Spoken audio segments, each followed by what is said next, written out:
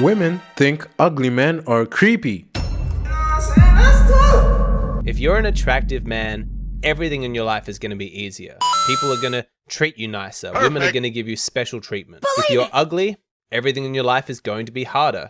People are going to treat you with suspicion. Women will treat you worse. Don't believe me? I've got proof. I'm going to share with you the results of a research study where they tested women's responses to identical situations where there was only one factor that was different: whether the man was attractive or not. First off, I have a clip that I want to show you. These are some women describing men being creepy. Have you ever experienced a man being creepy to you before? Most definitely.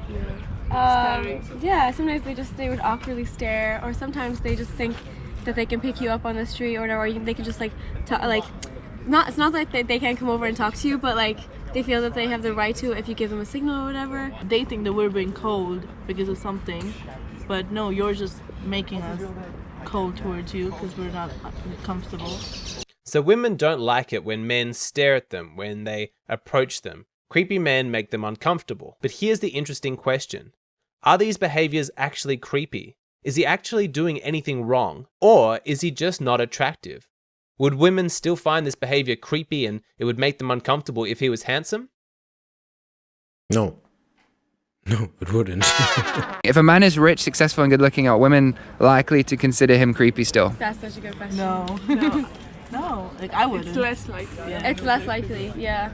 It depends on who it is, because then if there's someone on the road and, you know, dressed inappropriately and then, you know, just disgusting, and he comes and asks you your number, you're gonna be like, no, I'm not gonna do that. But if someone that's really cute comes up in like nice clothes, nice watch, blah blah blah, you're like, okay, yeah, sure. Nice watch. You look at his watch. I find that funny. There's so much reluctance to just say, if he's handsome, has an attractive face, if he's genetically good looking. No, it's about the clothes and the watch. I mean, they can pretty much do what they want. They can hit you and not expect you to hit them back. They can say misandrical. They can be misandrous and you can be misogynist. So, yeah, not surprised. They can say pretty much whatever they want. Because when men approach them, right? Men are the ones who approach them. They can pretty much say what they want when they reject you. And if they're qualifying someone else over you because of looks or money or status, they can do the same. Is it fair? I don't know. Is it part of the game? Yep.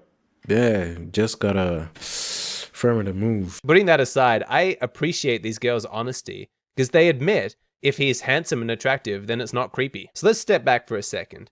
In our society, there's lots of talk about privilege, you know, like if you have a certain color's skin, if you have a certain amount of money in your bank account, then you're privileged. But why don't we talk more about attractiveness privilege? Because if we're trying to figure out who has an advantage in society, there is no bigger privilege than being good looking. This isn't speculation. There have been a number of studies that have looked into this phenomenon. They found that political candidates that are good looking receive on average a 20% boost in their voting numbers. There have been studies that have proved that in jury trials, if you're good looking, you're way less likely to be found guilty. That is crazy. Oh, that's crazy. That's crazy. The one I was familiar with was the one to do with height. Like political candidates or people in roles of leadership are typically like tall. Apparently, Abraham Lincoln was like 6'4". I didn't know that until a few weeks ago. And I mean, Donald Trump, 6'3". I don't know any other president's height except Barack Obama, 6'1". But the fact that attractive people are less likely to be found guilty, that's crazy. I would have thought that maybe they receive lighter sentences, but just like they're let off the hook. Well, yeah, it's an unfair world we live in, but we live in it, so you have to like affirm it and move. Good-looking people are more likely to be hired for jobs. They're more likely to get paid more and be promoted. The list goes on and on. One of my favorite studies on this subject was done all the way back in 1974, but it was a great study. It illustrates this point so well. In the study, people read 2 essays, and each essay had a photograph attached. One essay had the photograph of a very attractive person, the other one of a very ugly person. and the people were asked to judge the merits of an essay. For one essay, people consistently said that it was badly written, ill-informed, no intelligence or insights contained within. You already know what happened. When people read the essay written by the ugly person, they thought it was badly written, without merit. When judging the essay written by the attractive person, they thought that it was intelligent, insightful, and well written. I think that may be because, like, typically attractive people, or typically if it's women, they're typically seen as like they're dumb, or like they aren't the brightest tool in the shed. And so just the fact that it's an essay, right? And, you know, the kind of language that would go into writing an essay. And due to that, like, stereotype, and then you see someone write something that's like somewhat intelligent, you're obviously going to be like, yes, right. Aside from just like the positive assumptions about an attractive person, but, you know. But guess what? Both essays were identical. This all confirms what's called the halo effect. That's the tendency for a good impression in one area to translate automatically into good impressions in other areas. So when we see somebody who is physically attractive and we have a positive opinion about their looks, unconsciously we develop positive opinions about other traits to do with them, you know, their personality. We just believe that they're kind, compassionate, intelligent people, even if there's no evidence of that. But the study that I want to talk about today focuses not on the halo effect, but on the devil effect. This is when people have a tendency to prejudge somebody's actions and interpret them in a negative light because of a judgment that you've already made about them that's negative, such as they're not good looking, they're ugly. The study was done in 2015 at the Eastern Kentucky University, and the title of the study was called "You're Okay Until You Misbehave: How Norm Violations Magnify the Attractiveness Devil Effect." This research was created so we could study women's responses in social situations when comparing a man who's attractive with a man who's ugly. Women were given two different social situations,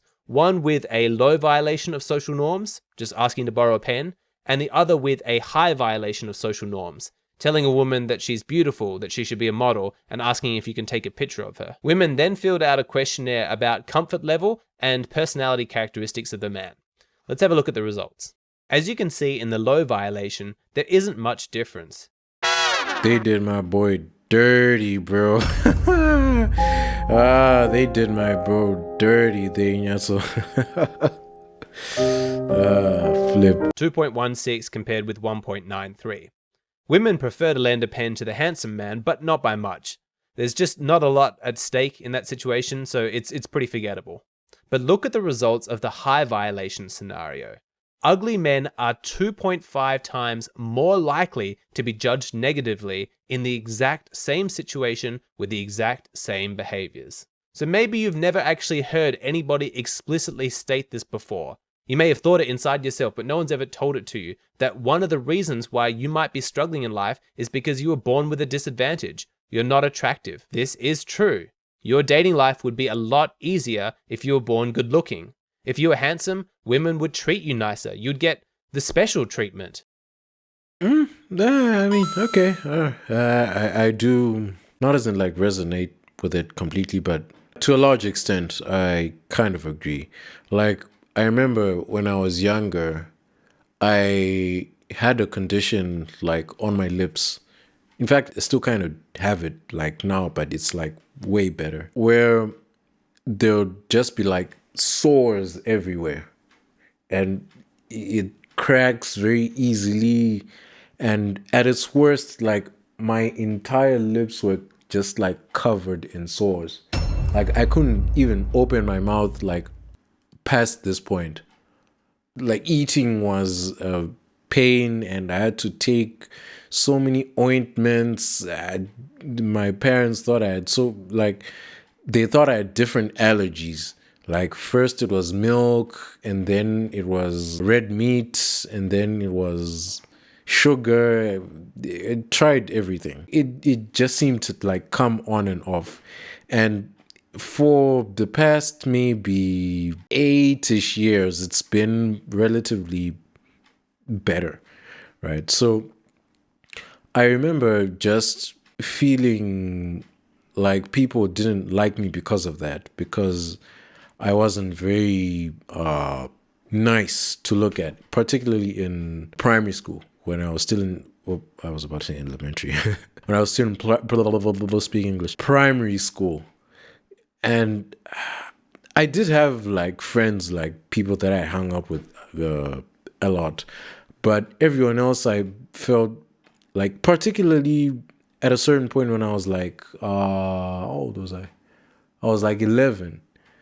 And it was like at its peak, like in class, like sometimes the teacher would stop in class, would stop the class just to ask, how are you feeling? And then there's just like all this attention on me and people are looking, and it made me feel extremely uncomfortable, right?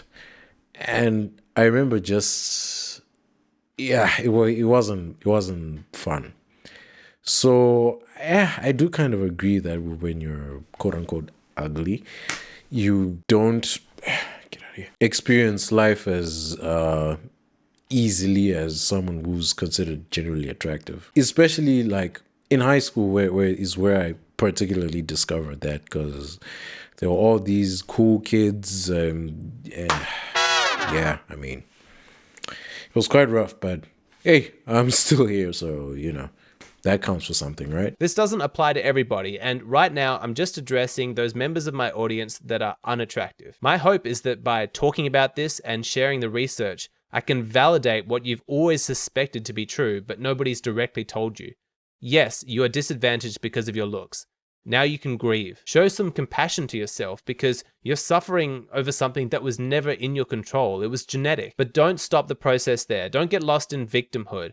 After the grieving process is done, take a look around you and consider what is in your control. You're born ugly, you're disadvantaged, that sucks. You can't fix your genetics, but there are some things that you can fix. You can lose weight, you can put on muscle. You can fix your hair, fix your clothes, get a good job, get a good personality, develop your self-esteem, and become a high-value guy. Yes, you need to grieve for what you do not have, but don't get stuck in grief. It's about where you choose to focus, and if you want to live a happy life, don't focus on what you can't control. Remember the opening lines of the Serenity Prayer.